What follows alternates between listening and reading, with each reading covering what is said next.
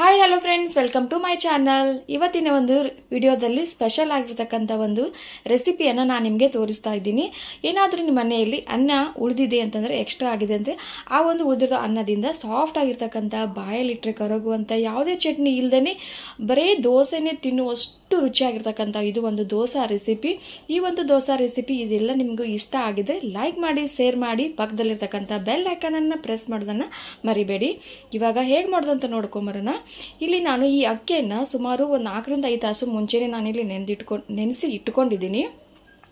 ನಾನು ನೆನೆಸ್ಕೊಂಡಿದ್ದ ಮುಂಚೆನೆ ಚೆನ್ನಾಗಿ ನೀವು ಅಕ್ಕಿಯನ್ನು ಒಂದು 3 ರಿಂದ 4 ಸತಿ ಚೆನ್ನಾಗಿ ತೊಳೆದಿಟ್ಕೊಳ್ಳಿ. ಇವಾಗ ರುಬ್ಬೋಕ್ಕಿಂತ ಮುಂಚೆನೆ ಒಂದು 5 ನಿಮಿಷ, ಒಂದು 10 ನಿಮಿಷ ಮುಂಚೆನೆ ನಾವು ಈ ಗಟ್ಟಿ ಅವಲಕ್ಕಿ ತೊಗೊಂಡಿದ್ದೀನಿ ನಾನು. ಆಮೇಲೆ ಇಲ್ಲಿ ಅನ್ನ ಇದೆ 1 ಕಪ್ದಷ್ಟು, ಮತ್ತು ಒಂದು ಅರ್ಧ ಕಪ್ದಷ್ಟು ಫ್ರೆಶ್ ಆಗಿರ್ತಕ್ಕಂಥ ಕೊಬ್ಬರಿಯನ್ನು ತೊಗೊಂಡಿದ್ದೀನಿ.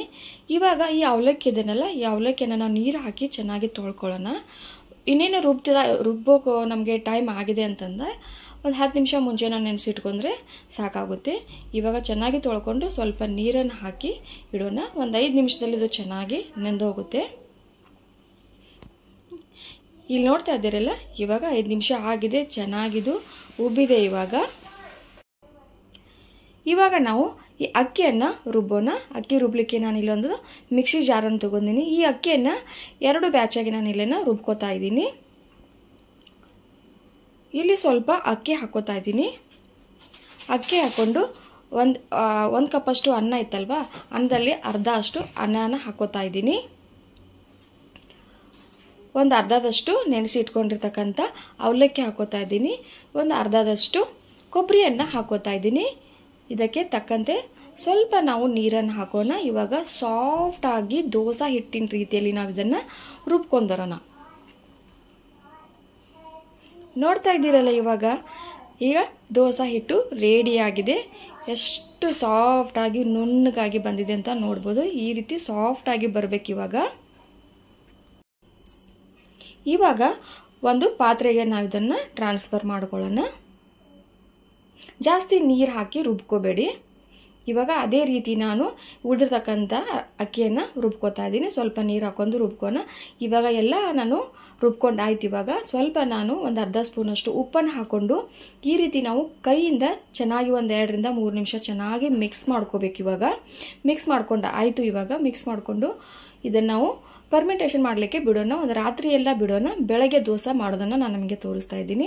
ಇಲ್ಲಿ ನೋಡ್ಬೋದು, ಇವಾಗಿದು ಇಲ್ಲಿ ಉಬ್ಬಿಲ್ಲ, ಆದರೆ ಫರ್ಮೆಂಟೇಷನ್ ಚೆನ್ನಾಗಾಗಿದೆ. ಎಷ್ಟು ಬಬಲ್ ಆಗಿ ಬಂದಿದೆ ಅಂತ ನೋಡ್ಬೋದು. ಯಾಕಂದರೆ ನಾವು ಉದ್ದಿನ ಬೇಳೆ ಮತ್ತು ಆಮೇಲೆ ಮೆಂತ್ಯ ಸೊಪ್ಪು ಏನು ಯೂಸ್ ಮಾಡಿಲ್ಲಲ್ಲ, ಅದಕ್ಕೋಸ್ಕರ. ಇವಾಗ ನಾನು ಎಷ್ಟು ದೋಸೆ ಮಾಡಬೇಕು ಅಷ್ಟೇ ಹಿಟ್ಟನ್ನು ತಗೋತಾ ಇದ್ದೀನಿ. ಮಿಕ್ಕಿದ್ದನ್ನು ಫ್ರಿಜ್ಜಲ್ಲಿ ಎತ್ತಿಡ್ಕೋತಾ ಇದ್ದೀನಿ. ಇಲ್ಲಿ ನೋಡ್ತಾ ಇರ್ಬೋದು, ಯಾವುದೇ ರೀತಿ ನಾನು ಇನೋ ಸೋಡಾ ಯಾವುದನ್ನು ಯೂಸ್ ಮಾಡ್ತಾ ಇಲ್ಲ. ಬೇಕು ಅಂದರೆ ಒಂದು ಸ್ವಲ್ಪ ನೀವು ಸಕ್ಕರೆನ ಯೂಸ್ ಮಾಡ್ಕೋಬೋದು. ಟೇಸ್ಟ್ ಚೆನ್ನಾಗಿರುತ್ತೆ, ಕಲರ್ ಕೂಡ ಚೆನ್ನಾಗಿ ಬರುತ್ತೆ. ಇವಾಗ ನಾನು ಸೈಡಿಗೆ ಹಂಚನ್ನು ಕಾಯೋಕ್ಕಿಟ್ಟಿದ್ದೇನೆ. ಒಂದು ಸ್ವಲ್ಪ ನೀರನ್ನು ಚಿಮ್ಮಿಸಿ ಒಂದು ಕಾಟನ್ ಅರಬಿಂದನ ಒಂದು ಸ್ವಲ್ಪ ಟಿಶ್ಯೂಂದನ್ನು ಕ್ಲೀನಾಗಿ ಒರೆಸ್ಕೊಂಡು ಇವಾಗ ದೋಸೆ ಹಿಟ್ಟನ್ನು ನಾವು ಹಾಕ್ಕೊಂಡು ಸ್ಪ್ರೆಡ್ ಮಾಡಬೇಕು. ನೋಡ್ತಾ ಇದ್ದಲ್ಲ ಎಷ್ಟು ಈಸಿಯಾಗಿ ಇದು ಸ್ಪ್ರೆಡ್ ಆಗ್ತಾ ಇದೆ ಅಂತ. ಬಬಲ್ ಕೂಡ ನೋಡ್ಬೋದು.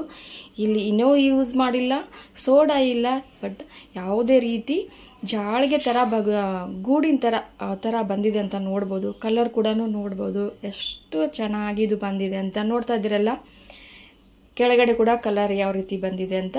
ನೀವು 2 ಸೈಡನ್ನು ಬೇಯಿಸ್ಕೋಬೋದು ಅಥವಾ ಒಂದೇ ಸೈಡನ್ನಾದರೂ ಕೂಡ ಬೇಯಿಸ್ಕೋಬೋದು. ಅದೇ ರೀತಿ ಇನ್ನೊಂದನ್ನು ದೋಸೆ ಮಾಡೋದನ್ನು ನಿಮಗೆ ತೋರಿಸ್ತಾ ಇದ್ದೀನಿ. ನಿಮಗೆ ದೊಡ್ಡ ಬೇಕಾದರೂ ದೊಡ್ಡ ಮಾಡ್ಕೋಬೋದು, ಸಾಂದ್ ಬೇಕಾದರೆ ಸಾಂದ್ ಕೂಡ ಮಾಡ್ಕೋಬೋದು. ಹಾಕ್ತಾ ಇದ್ದಂಗೆ ನೋಡ್ಬೋದು ಎಷ್ಟು ಗುಳ್ಳೆ ಬರ್ತಾ ಇದೆ, ಹೋಲ್ ಆಗ್ತಾ ಇದೆ ಅಂತ ನೋಡ್ಬೋದು. ಸ್ವಲ್ಪ ಮೇಲ್ಗಡೆ ಎಣ್ಣೆ ಹಾಕ್ಕೊಂಡು, ಎಣ್ಣೆ ಆದರೆ ಹಾಕೋಬೋದು ಅಥವಾ ಬಟರ್ ಆದರೂ ಹಾಕೋಬೋದು, ಚೆನ್ನಾಗಿರುತ್ತೆ. ಇಲ್ಲಿ ನಾನು 2 ಕಡೆ ಬೇಯಿಸೋದನ್ನು ತೋರಿಸ್ತಾ ಇದ್ದೀನಿ. ನಿಮಗೆ ಹೇಗೆ ಇಷ್ಟ ಆಗುತ್ತೋ ಆ ರೀತಿ ಬೇಯಿಸ್ಕೋಬೋದು. ತುಂಬ ಸಾಫ್ಟ್ ಆಗಿರುತ್ತೆ, ತುಂಬ ಚೆನ್ನಾಗಿರುತ್ತೆ. ಅಷ್ಟೇ ಕೂಡ ರುಚಿ ಕೂಡ ಇರುತ್ತೆ. ಮಕ್ಕಳು ಯಾವುದೇ ಚಟ್ನಿ ಇಲ್ದೇ ತಿಂತಾರೆ, ಅಷ್ಟು ರುಚಿಯಾಗಿರ್ತಕ್ಕಂಥ ಇದು ಒಂದು ದೋಸೆ.